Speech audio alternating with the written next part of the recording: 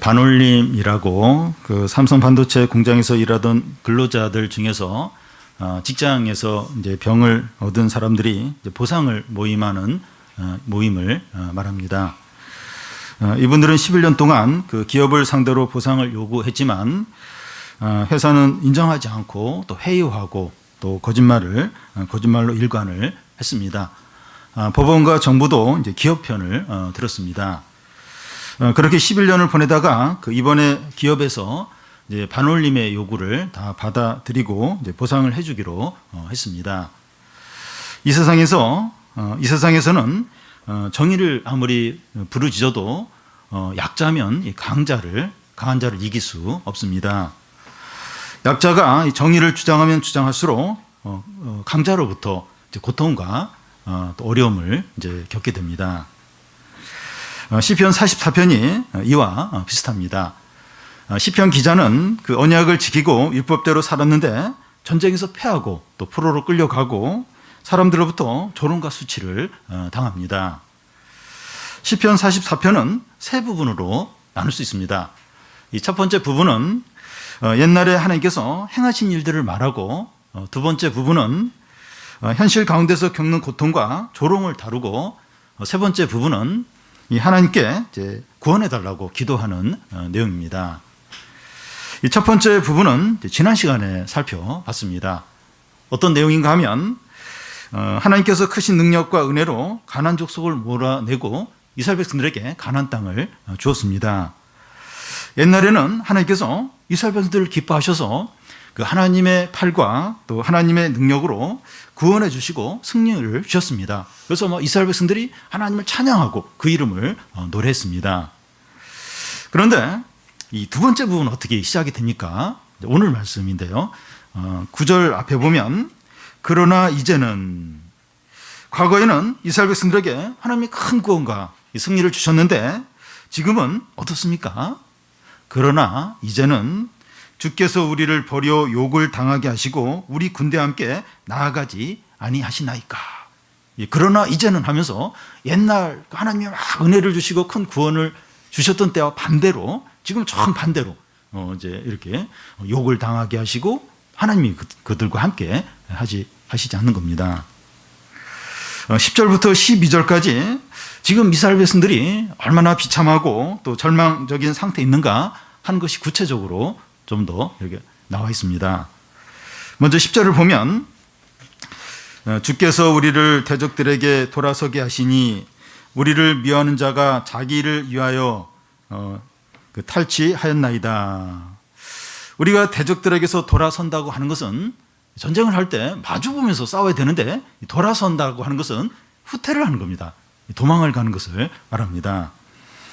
여호수아 군대가 아이성 전투에서 처음 이제 싸울 때 이 뒤로 돌아서서 도망을 이제 쳤습니다. 이스라엘 백성들이 아이성 사람들과 싸울 때 뒤로 돌아서서 도망을 쳤습니다.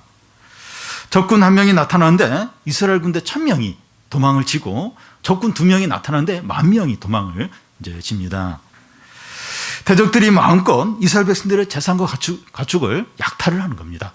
그런 일이 이제 일어나는 거예요. 일어나는 겁니다.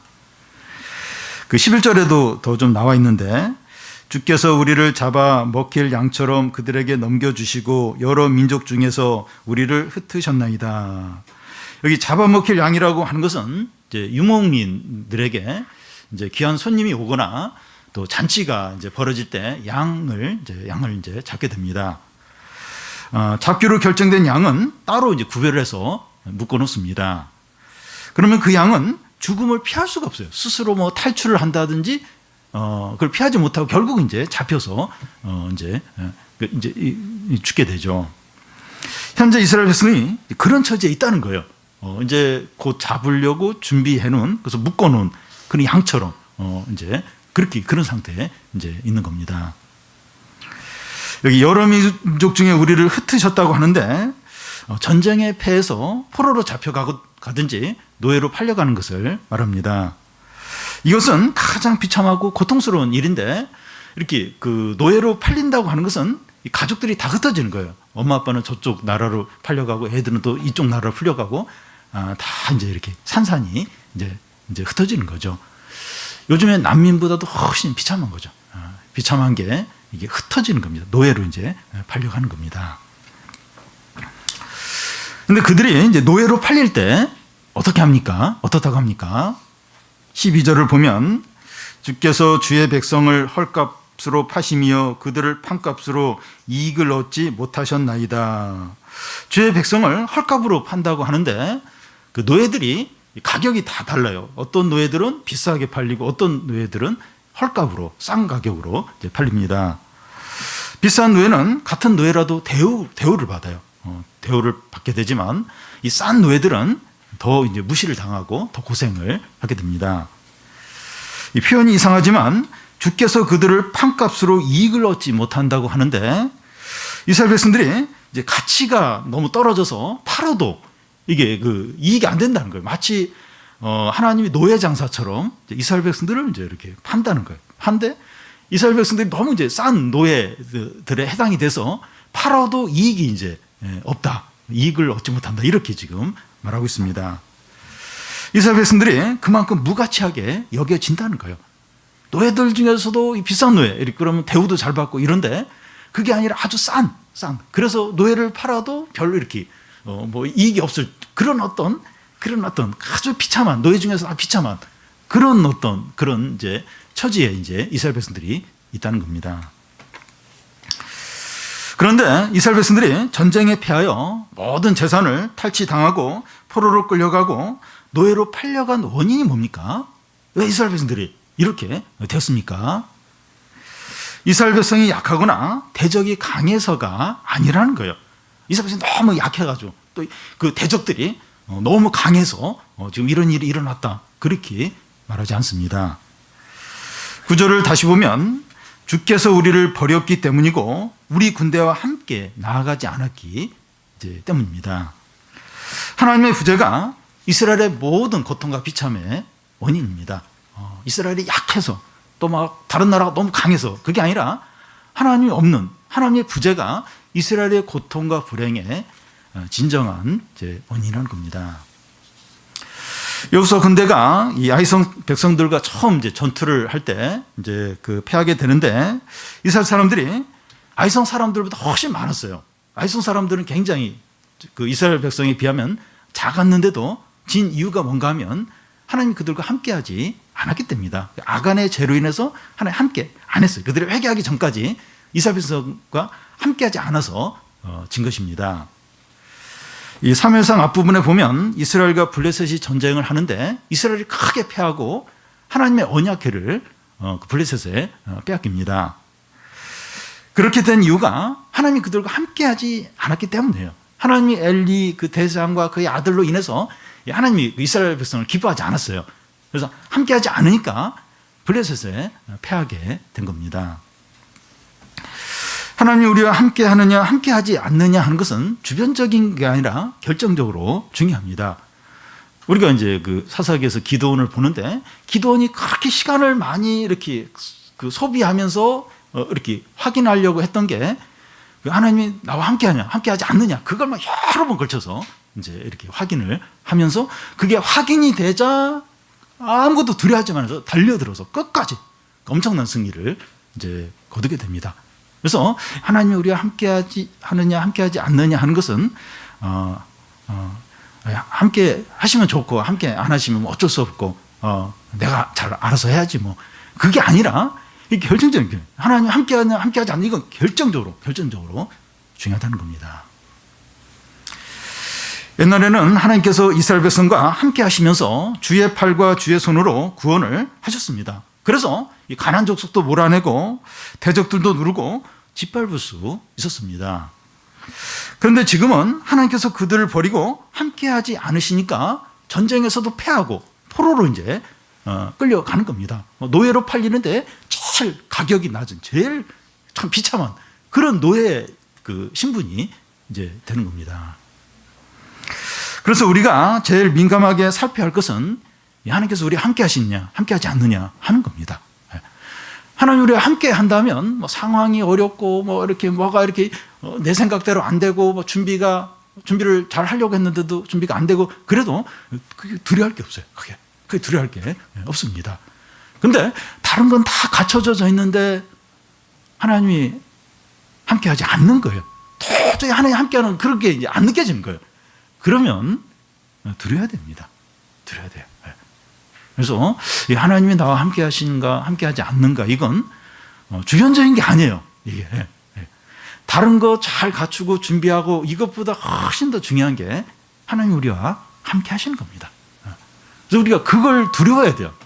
이렇게 뭐 얼마나 도와주는 사람이 많고 또 재정적으로 어떻고 막 다른 이런 게 이제 결정적인 게 아니고 물론 이제 우리가 그런 걸 좀 잘 준비를 해야 되죠. 근데 그게 결정적인 게 아니라 하나님이 함께 하느냐 함께 하지 않느냐. 그래서 다른 건 다 준비하고 한 1, 2%의 변수만 안 생기면 되는 거예요. 근데 하나님이 함께 하지 않으면 그 1, 2%에서 변수가 딱 생기면서 일이 틀어지면서 망치는 경우가 얼마나 많은지 모릅니다. 근데 뭐 상황이 너무 부정적이에요. 너무 어려워요.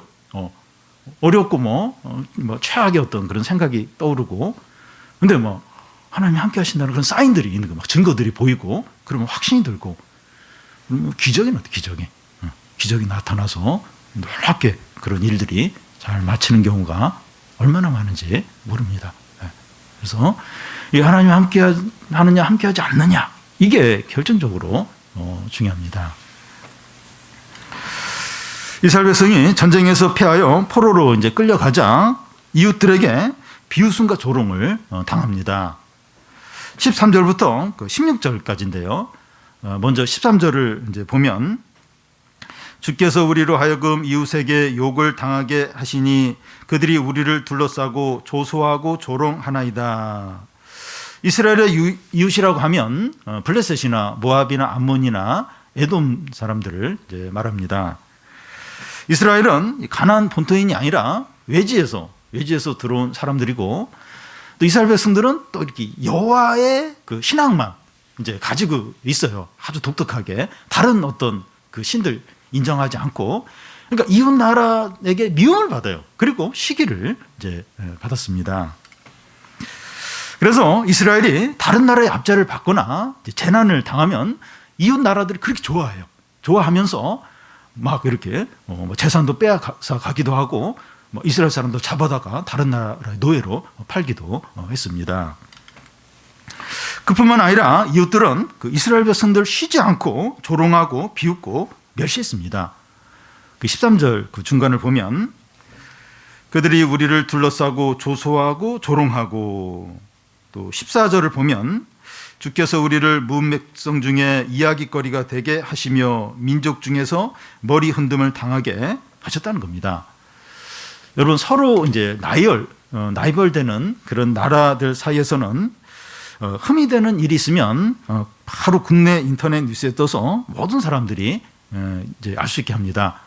한국과 일본 이제 사이가 이제 그렇다고 볼 수 있는데 서로 치부에 해당하는 어떤 사건이 일어나면 바로 그게 이제 우리 국내 어떤 인터넷 뉴스에 떠요. 그래서 막 사람들이 막 그 얘기를 하면서 뭐 잘했다 그러든지 막 이렇게 조롱한다든지 뭐 이렇게 비난을 한다든지 그렇게 이제 합니다.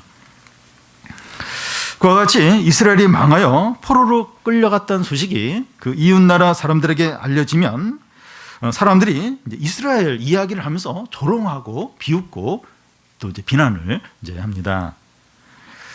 여기 머리 흔듦을 당한다고 이제 하는데 의사가 이제 환자 상태를 보면서 머리를 이렇게 흔들면 어려운 거죠. 좀 회복되기 어렵다는 그런 이제 의미입니다. 이웃나라 사람들이 이스라엘에 대해서 이야기를 하면서 머리를 흔들어요. 이러면서 안 되겠는데 이러면 이스라엘에 소망이 없는 거예요. 이제 끝났다는 겁니다. 이스라엘이 또 막 망하고 막 포로로 끌려갔고 막 이런 이야기를 하면서 그 이웃나라 사람들 고개를 흔들어요. 이스라엘 안 되겠는데 끝났다는 거예요. 다시 회복이 불가능하다는 겁니다. 그들이 이 당하는 수치와 부끄러움이 어느 정도인가 하면 그 15절에 보면 나의 능력이 종일 내 앞에 있으며 수치가 내 얼굴을 덮었다는 겁니다. 매일매일 이 하루 종일 수치와 모욕과 멸시를 받는 겁니다. 어떻게 해서 이렇게 매일매일 하루 종일 수치와 모욕을 이제 받게 됩니까? 그 16절에 보면 나를 비방하고 욕하는 소리 때문이요 나의 원수와 복수자 때문입니다. 이스라엘이 강할 때는 그러지 않았는데 약하고 망하니까 이웃 사람들이 다 원수와 복수자가 되어서 욕을 하고 비난을 하고 조롱하고 멸시하는 겁니다. 여러분 강하면 사람들 못해요. 그렇게 말 함부로 못해 아부를 합니다. 아부를 하고 막 이제 그렇게 하는데 이게 망하고 약하면 완전히 원수가 되고 복수자가 되고 그러면서 막 조롱하고 무시하고 비난하고 멸시하는 말을 이제 합니다. 이 왕따와 따돌림은 어디에나 있습니다. 약한 사람들이 이제 따돌림을 이제 받게 됩니다. 그런데 이 따돌림을 당하는 사람들은 매일 하루 종일 이 미움과 무시와 조롱과 멸시를 받습니다. 집에 와서 혼자 있을 때 뭐 이렇게 자기를 뭐 이렇게 무시하는 사람이 없지만 낮에 당한 일을 생각하면서 너무나 괴로워하고 이제 고통스러워합니다. 사람들로부터 받은 이런 조롱과 멸시는 육체적인 질병이나 경제적인 어려움이나 공부의 어려움이나 사업의 어려움과는 비교할 수 없이 훨씬 더 고통스럽습니다. 그런데 시편 기자가 이 주위 사람들로부터 이런 무시와 조롱과 비난을 하루 종일 매일매일 이제 받았습니다. 우리 자신이나 가족이나 가까운 사람이 이런 무시와 조롱을 당할 수 있습니다. 그리고 이런 일을 당할 때 해결책이 없어요. 해결책이 없습니다. 법으로 뭐 제재를 하거나 그렇게 하지 말라고 이야기하는 것으로 안 됩니다. 이런 문제가 이게 쉽게 해결되는 문제, 돈 문제나 다른 문제는 그냥 이렇게 좀 해결이 될 수 있는데 이건 뭐 말로 해서도 안 되고 법으로 제재해도 안 됩니다. 근데 시편 기자는 자기가 이런 조롱과 비방을 받게 된 원인을 뭐라고 말합니까? 내가 왜 이렇게 이런 조롱과 비난을 받게 되는가? 그 원인을 이제 어디서 좀 이렇게 어디에 있다고 말합니까? 그러니까 원인이 밝혀져 어떤 면에서 해결이 돼요, 이게. 그 원인을 어디서 찾고 있습니까? 자기에게 문제가 있거나 다른 사람이 악하기 때문이라고 말하지 않습니다. 물론 이제 그런 원인이 있을 수 있어요. 사람들이 악하니까. 또 뭐 이렇게 자기에게 어떤 원인을 또 생각할 수도 있는데, 근데 그 얘기를 하지 않아요. 그런 얘기, 거기서 원인을 찾고 있지 않습니다. 그 원인은 그 13절에 보면 주께서 우리로 하여금 이웃에게 욕을 당하게 하신다고 말하고, 또 14절에 보면 주께서 우리를 무백성 중에 이야기거리가 되게 하신다고 말합니다. 주님이 우리가 다른 사람에게 모욕과 비난을 당하게 하셨다는 겁니다. 뭐 자기가 뭘 이렇게 부족해서 또 사람들이 악해서, 물론 뭐 그 사람들의 원인이 있죠. 근데 거기에 원인이 있다고 말하지 않고 주께서 이웃에 있는 사람들에게 조롱거리가 되고 주께서 다른 사람에게 이런 욕을 먹게 하셨다. 주께서 내가 이렇게 다른 사람에게 이런 일을 당하게 하셨다고 그렇게 이제 말하고 있습니다. 그뿐만 아니라 조금 전 앞에서 이제 그 살펴본 곳에도 이런 부분이 나와 있는데요. 그 10절에 보면 주께서 우리를 대적들에게 돌아서게 하시고, 또 11절을 보면 주께서 우리를 잡아먹힐 양처럼 넘겨주시고, 또 12절에 보면 주께서 그의 백성을 헐값으로 파셨다고 합니다. 주님이 이스라엘이 전쟁에서 패하고 노예로 팔리게 하셨다는 거예요. 우리가 군사력이 약해서 또 사람들이 그 다른 나라가 너무 강해서 악해서 그래서 우리가 막 전쟁에 패하고 노예로 팔려갔다 이렇게 얘기하는 게 아니라 주께서 우리를 먹힐 양처럼 하셨고 주께서 다른 나라에 패하게 하셨고 주께서 우리를 노예로 파셨다고 말합니다. 시편 기자는 현재 겪고 있는 모든 고통과 불행과 수치와 조롱의 원인을 자기 자신의 부족이나 다른 사람의 악함이나 상황에 돌리는 것이 아니라 하나님께서 찾고 있습니다. 이게 참 인상적입니다. 이게 참 특이해요. 이게 참 특징입니다. 그러니까 성도는 이러해야 한다는 겁니다. 이렇게 하는 사람이 신자라는 거예요. 사람들은 너무나 어렵고 고통스럽고 힘들고 괴로우면 자기 문제에 빠지거나 연민의 감정에 사로잡히거나 사람을 미워하거나 세상에 대해서 불평합니다. 대부분 다 그렇게 해요. 근데 성도는 이런 상황에서 하나님을 더 찾고 더 의식하고 바라봅니다. 예. 하나님을 더 찾아요. 하나님을 더 의식을 하는 게 신자입니다. 너무 어렵고 힘들기 때문에 하나님을 잊어버리거나 멀어지는 것이 아니라 하나님을 더 찾고 더 가까이 합니다. 이게 신자입니다. 예. 이러면 너무 힘들어요. 너무 괴로워요. 그래서 막 더 하나님 잊어버리고 막 더 막 분노하고 이러는 게 아니라 하나님을 더 찾아요. 더 하나님 가까이 해요. 하나님을 더 바라봅니다. 이게 이제 이런 사람이 이제 신자입니다. 그러면 소망이 있어요. 우리 생각에는 하나님보다도 뭐 사람에게서 문제를 찾든지 뭐 다른 데서 문제를 찾으면 훨씬 빨리 이제 뭐가 해결될 것 같은데 그러면 소망이 없어요. 여러분 세상에 사는 일이 그겁니다. 무슨 막 문제가 터지면 이렇게 위원회를 만들든지 그래서 거기서 이렇게 그러면 어떻게 해야 되는가 이렇게 해서 무슨 간단한 대책 세우고 그러고서 이제 넘어가요.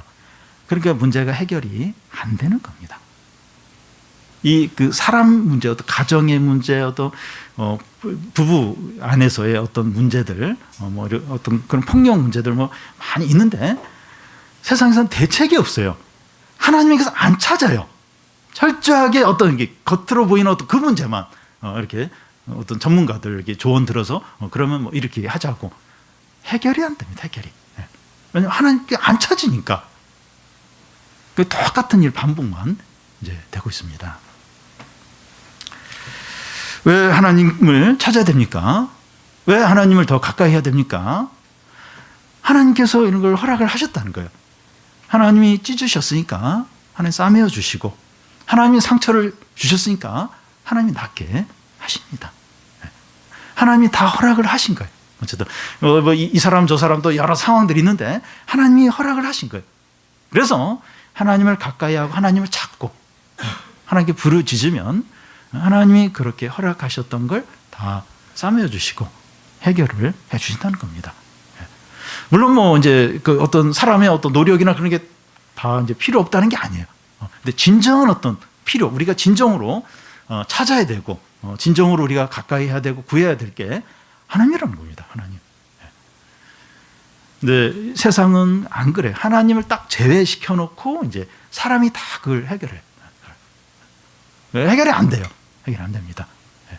그 병의 그 원인, 본질을 치료해야 되는데 그 병은 심각한데 그냥 데일밴드 하나 붙여놓고 위에 이제 이렇게 약 조금 바르고 고통스럽다면 진통제 이렇게 먹게 하고 병을 진정으로 치료를 안 해요. 그러니까 이제 소망이 없는 겁니다. 근데 신자는 이제 어렵고 힘들수록 하나님을 더 찾죠. 하나님을 더 가까이 합니다. 하나님을 더 바라봅니다. 여기에 이제 소망이 있습니다. 우리는 괴롭고 힘들기 때문에 하나님을 더 찾고 가까이 합니까? 그러면 신자죠, 신자. 아무리 절망적이고 어렵더라도 소망이 생깁니다.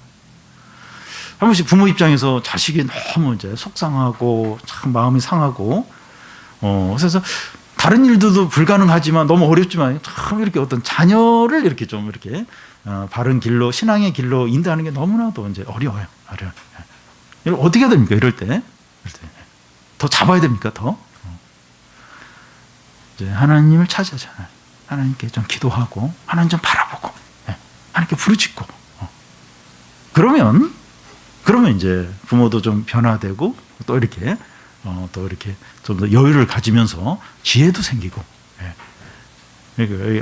아무리 절망적이고 어렵더라도 아무리 힘들다 할지라도 하나님을 찾고 하나님 가까이 하고 그러면 소망이 생겨요. 하나님이 그 문제를 다루시게 됩니다. 오늘 말씀에 그 이해가 안 되는 부분이 이제 나옵니다. 17절과 18절인데 우리 한 절씩 교대로 읽겠습니다. 이 모든 일이 우리에게 임하였으나 우리가 주를 잊지 아니하며 주의 언약을 어기지 아니하였나이다.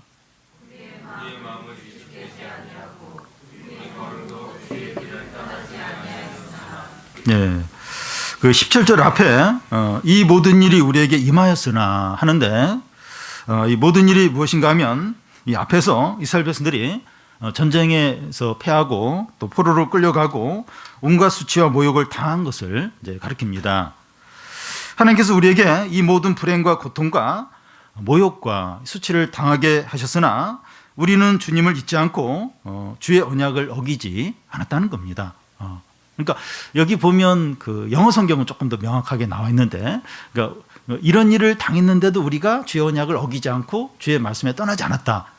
이제 그렇게 표현되는데 영어 성경이나 그 원래 그 히브리어 원문에 보면 그러니까 이게 좀 이렇게 반대로 되어 있습니다. 우리가 주의 언약도 지키고 또 주의 말씀도 떠나지 않았는데 이런 일들이 우리에게 일어났다. 그렇게 되어 있습니다. 그리고 18절에는 우리 마음이 위축되지 않았다고 하는데 그 마음이 뒷걸음질 치는 것, 곧 그 충성되지 못한 마음을 대는 것을 가리킵니다. 근데 우리가 그렇게 하지도 않았다는 거예요. 그런 막 그 어려움이 오고 막 그랬어도 우리가 우리의 마음이 그 변질되거나 하나님도 멀어지거나 그렇게 되지 않았다는 겁니다. 또 우리 걸음도 주의 길을 떠나지 않았다고 하는데 우리의 행동이 주의 말씀에서 떠나지 않았다는 겁니다. 주의 언약을 지키고 말씀대로 살았지만 이 모든 불행과 고통이 찾아왔다는 거예요. 네, 찾아왔다는 겁니다. 신명기 보면 이스라엘 백성들이 언약을 어기고 우상숭배에 빠지고 율법을 버리면 저주를 받아서 전쟁에 패하고 포로로 끌려가고 이웃 나라 사람들에게 조롱과 수치를 이렇게 당한다고 되어 있습니다. 그래서 너희들이 가나안에 들어가면 그 언약을 잘 지키고 우상숭배에 빠지지 말고 그렇게 하라. 만약 너희들이 그렇게 하지 않으면 전쟁에 패하고 포로로 끌려가고 다른 나라의 조롱거리가 된다. 신명기에 반복해서 그 말씀이 나왔습니다. 그래서 우리가 그 시편 44편에 방금 앞에서 살펴본 그 이스라엘 백성들이 현재 겪고 있는 고통과 불행과 수치는 이제 언약을 어겨서 하나님의 저주를 받음으로 당하는 그 재난으로 보입니다. 그러니까 똑같아요. 전쟁에 포로로 잡히고 막 이웃들에게 이제 막 조롱을 당하고 그러니까 그 이스라엘 백성들이 언약을 어기고 이렇게 말씀을 버렸기 때문에 그 하나님의 저주로 그런 일을 당한 것처럼 그렇게 보입니다. 그런데 17절, 18절에 나오는 것처럼 주의 백성들이 언약을 지켰고 또 마음이 충성되었고 율법을 떠나지 않았는데 하나님의 저주를 받은 것처럼 그들이 현재 고통과 불행과 수치를 당하고 있다는 겁니다. 그러니까 방금 우리가 봤듯이 언약을 어기지 않았어요. 율법을 떠나지 않았어요. 그런데 마치 그런 것처럼 그 언약도 어기고 말씀도 버린 것처럼 이런 불행과 고통과 수치를 지금 당하고 있습니다. 현재 지금 그렇게 당하고 있습니다. 어떻게 된 겁니까? 언약과 율법을 잘 지켰는데도 하나님의 저주를 받을 수 있습니까? 지금 그런 상황이에요. 언약도 지키고 말씀도 떠나지 않았는데 마치 하나님의 저주를 받은 것처럼 이런 일을 이제 당하는 게 가능하냐 하는 겁니다.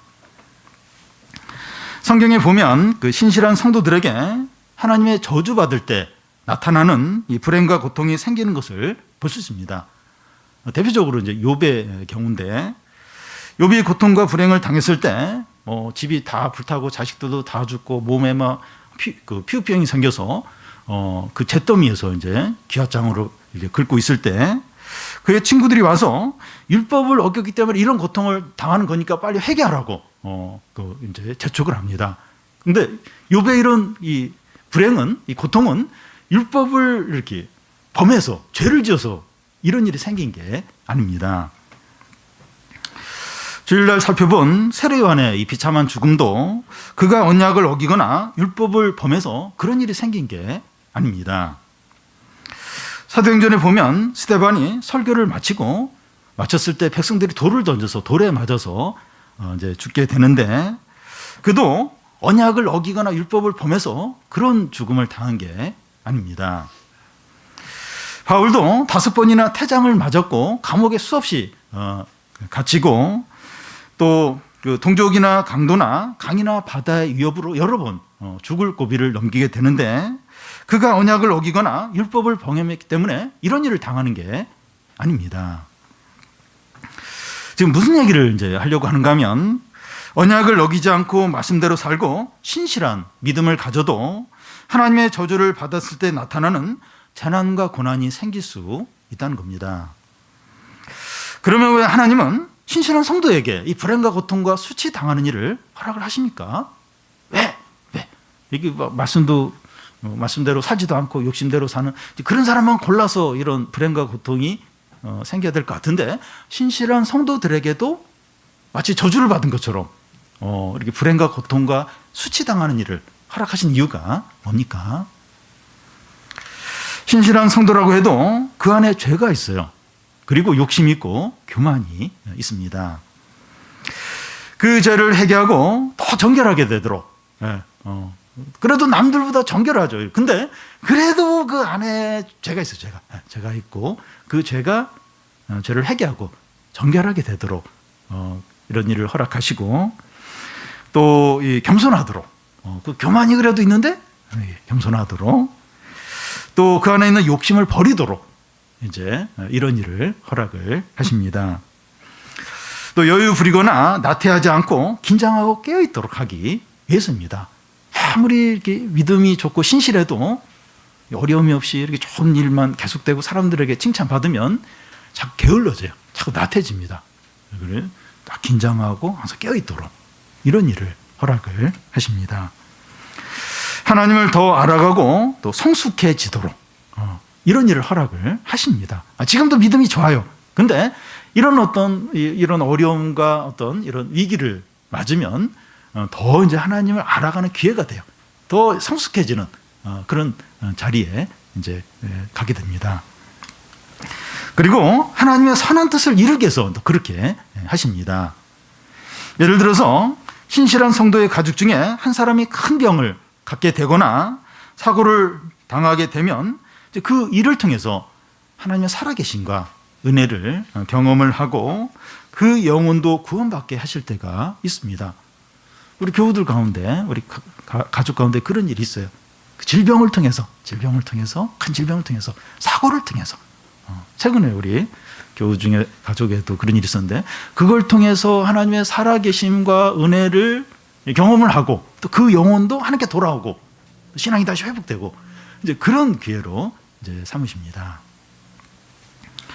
부르심을 받은 자에게는 모든 것이 협력하여 선을 이룬다고 하는데 불행과 고통까지도 사용하셔서 하나님의 뜻을 이루십니다.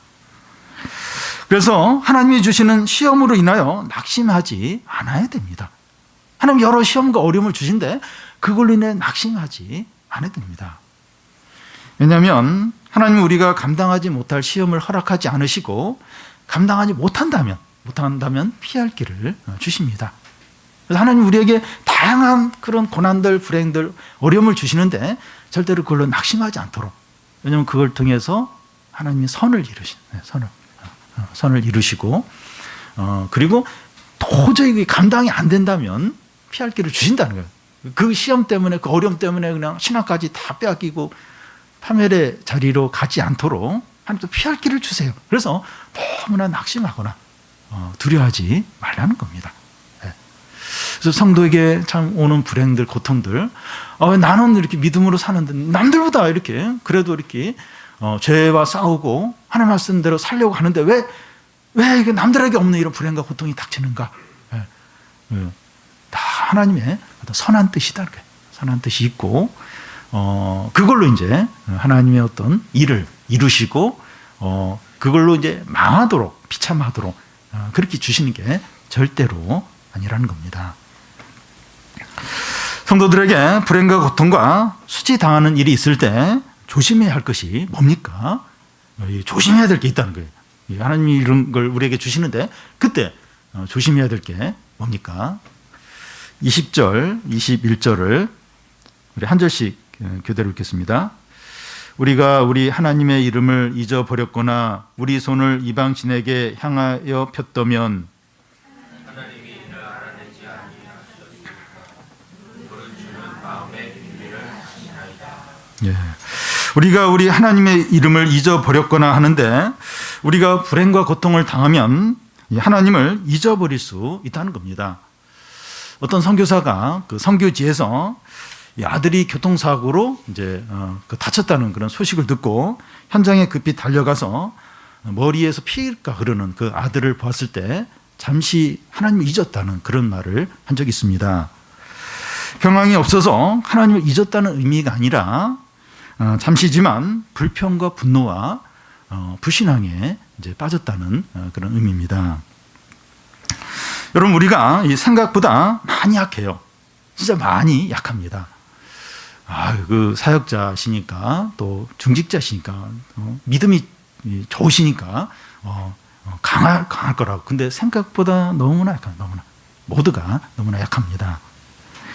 우리가 특히 아끼는 사람이나 중요한 일에 대해서 어떤 문제가 생기면 화가 나고 불평하고 낙심에 빠지기가 쉽습니다. 다른 건 다 괜찮은데 특히 약한 게 있어요. 자기가 중요하게 여기는 어떤 민감한, 그게 딱 건드려지면 화를 내거나 낙심하거나 그러기가 쉽습니다. 그러지 않는 사람이 없어요.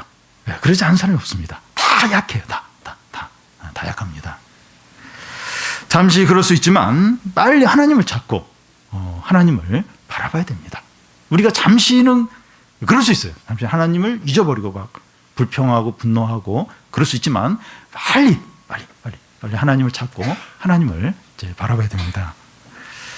20절 중간에 우리 손이 이방신에게 행하여 폈다면 하나님의 일을 알아내지 아니하셨으리까 하는데, 여기 손을 이방신에게 폈다고 하는 것은 이방신에게 예배하는 것을 가리킵니다.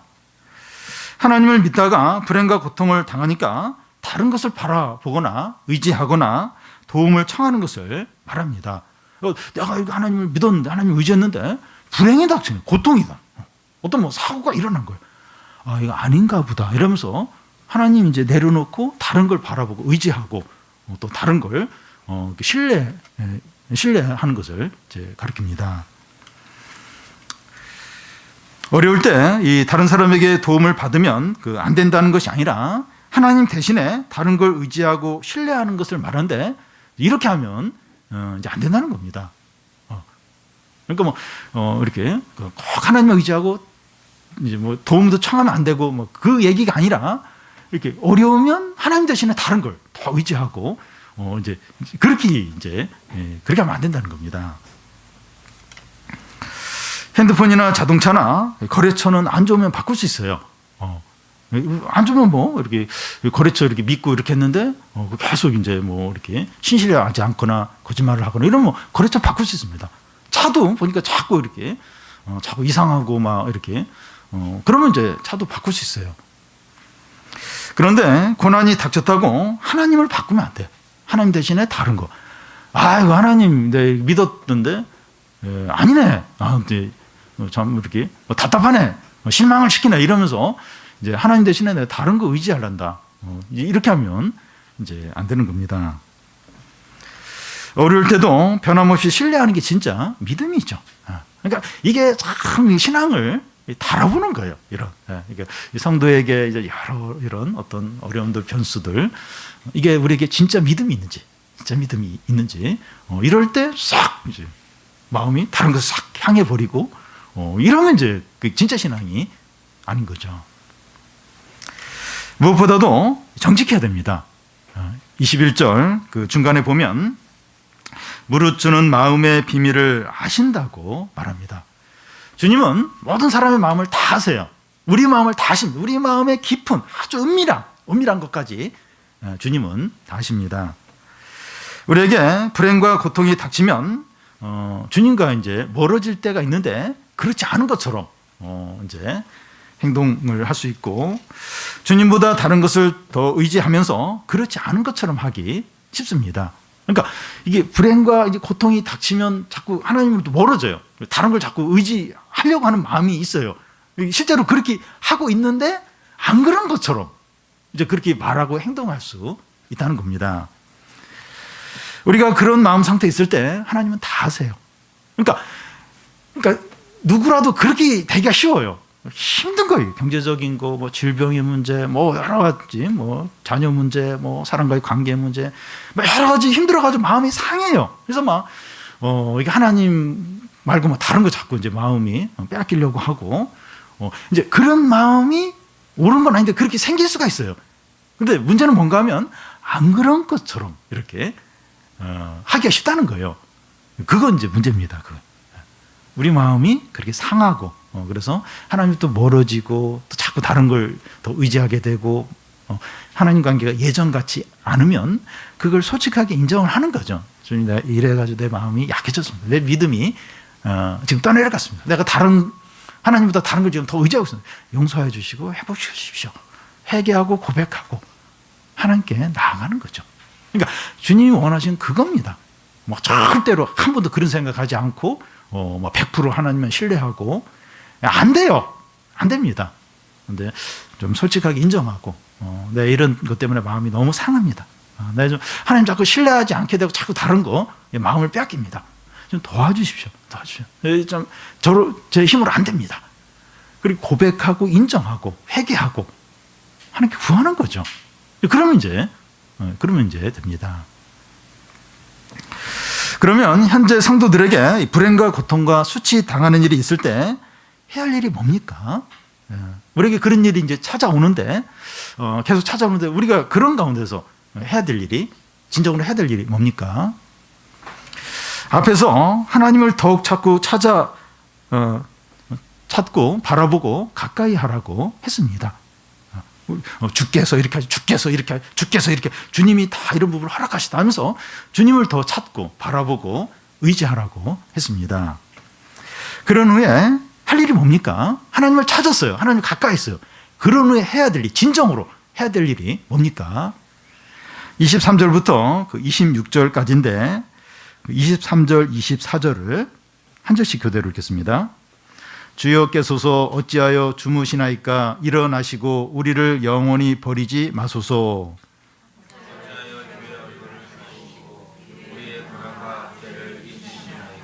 예, 주여 어찌하여 주무시나이까 하는데 주님은 주무시는 법이 없습니다.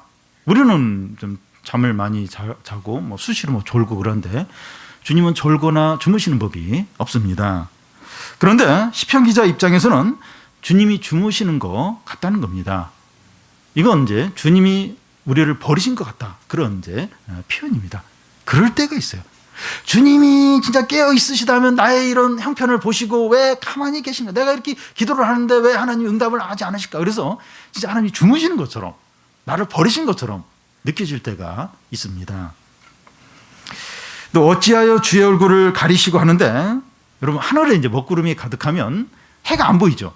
그래서 해가 이제 없는 것처럼 여겨지는 것처럼 우리의 고난과 악재가 그 하나님의 그 얼굴을 가려서 하나님이 마치 나에게 은혜를 베푸지 않는 것처럼 그렇게 이제 여겨질 때가 있습니다. 그러니까 이 어려움이 악재와 고난이 하나님을 가려버려요. 그래서 그게 먹구름처럼 하나님이 안 계신 것처럼 하나님 은혜가 이렇게 단절된 것처럼 이제 여겨질 때가 있습니다. 우리는 이렇게 힘들고 고통 가운데 있는데 하나님은 주무시고 또 얼굴을 가려서 아무것도 모르신 것처럼 여겨질 때 우리는 더 간절하게 또 마음을 다해서 부르짖으며 기도하는 겁니다. 주여 깨소서, 주여 일어나셔서 우리를 영원히 버리지 마소서.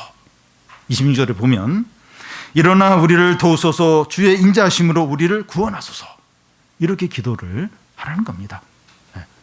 그래서 막 이 불행과 고통과 어려움이 닥쳐서 하나님이 주무시는 것 같고 또 그 은혜를 다 거두어 가신 것 같고 그렇게 느껴질 때 더 하나님을 또 멀어지고 더 침체 빠지고 그게 아니라 주여 깨소서, 주님 주무신 것 같습니다. 주님 깨소서, 일어나소서, 우리를 영원히 구원하소서. 그렇게 부르짖는 그렇게 간절히 외치라는 겁니다. 우리가 진정으로 할 일이 기도하는 겁니다. 기도하는. 우리가 이렇게 참 불행과 어려움이 없는 사람이 없어요. 다 해서 마음이 너무 답답해요. 너무 속상합니다. 그리고 막 주님이 진짜 주무시는 것 같아요. 주무시. 아무 나에게 관심이 없는 것 같아요. 그럴 때 우리가 진짜 해야 될 일이 기도하는 겁니다. 기도하는 겁니다.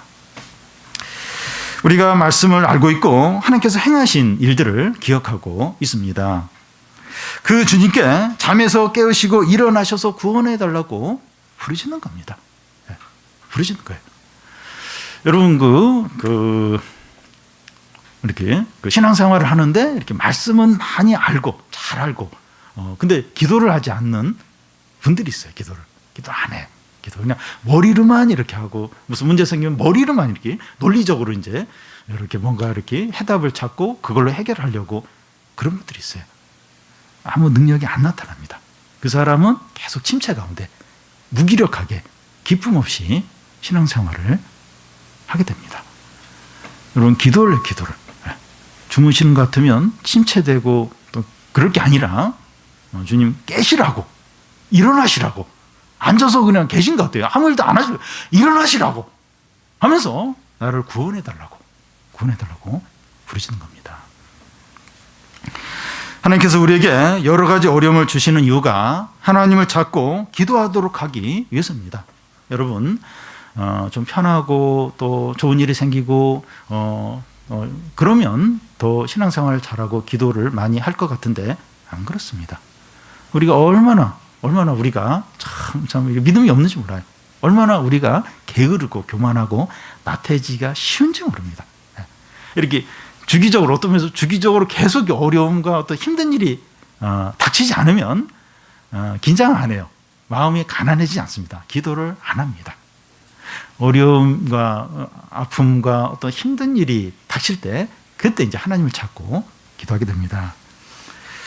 우리가 가장 어렵고 힘들 때 하나님을 가장 많이 찾고 가장 가까이 하고 가장 간절히 기도합니다. 여러분 그렇지 않습니까? 가장 어렵고 힘들 때 그때 가장 하나님을 많이 찾아요. 그때 하나님이 가장 가깝습니다. 그리고 그때 가장 간절히 기도하게 됩니다. 여러분 가족의 어떤 질병의 문제나 어떤 사업의 힘든 문제나 자녀의 어떤 참 너무 이제 어떤 힘든 어떤 문제 있을 때 걸어가면서도 기도하고 부인들 같은 경우 음식 만들면서 순간순간 기도하고 일을 하거나 공부하거나 뭘 하든지 순간순간 그냥 걸어가면서 바로 주님 기도하고 그러니까 주님이 항상 그와 함께 있어요. 신자는 이제 그런 겁니다. 힘들면 힘들수록 하나님을 가까이 하고 찾고 하나님을 찾고 가까이 하는 이유가 뭡니까? 기도하는 거죠. 그 하나님 찾고 그 하나님 바라보면서 부르짖는 거죠. 깨소서 일어나소서 우리에게 영원한 구원을 주소서 기도하는 거죠. 우리가 해야 될 일은 기도하는 겁니다. 너무 이렇게 논리적으로 이렇게 생각하고 설명하고 원인을 찾고 물론 그것도 필요하지만 기도. 우리 알고 있는 말씀을 가지고 기도하는 겁니다. 그 하나님 그렇게 말씀하셨는데 그걸 이루어 달라고 우리 가운데 이 하나님 응답해 달라고 구원해 주시고 승리를 주시고 구원을 해달라고 구하는 거죠. 기도원이 큰 용사여 하나님 너와 함께 하시겠다 이러니까 그 출애굽 때 그 하나님 어디 계시냐고 그러면서 그렇게 처음에는 그랬어요. 근데 그 기도원이 그 하나님을 찾고 그걸 믿음으로 이제 나아갔을 때 출애굽의 하나님의 기적과 능력이 이제 기도원의 삶에 나타났죠. 큰 승리로 나타났죠. 우리도 이제 우리의 여러 아픔들 또 고통들 힘든 일들 없는 사람이 없어요. 다 있습니다. 그거 가지고 이제 하나님을 찾고 하나님께 부르짖는 겁니다.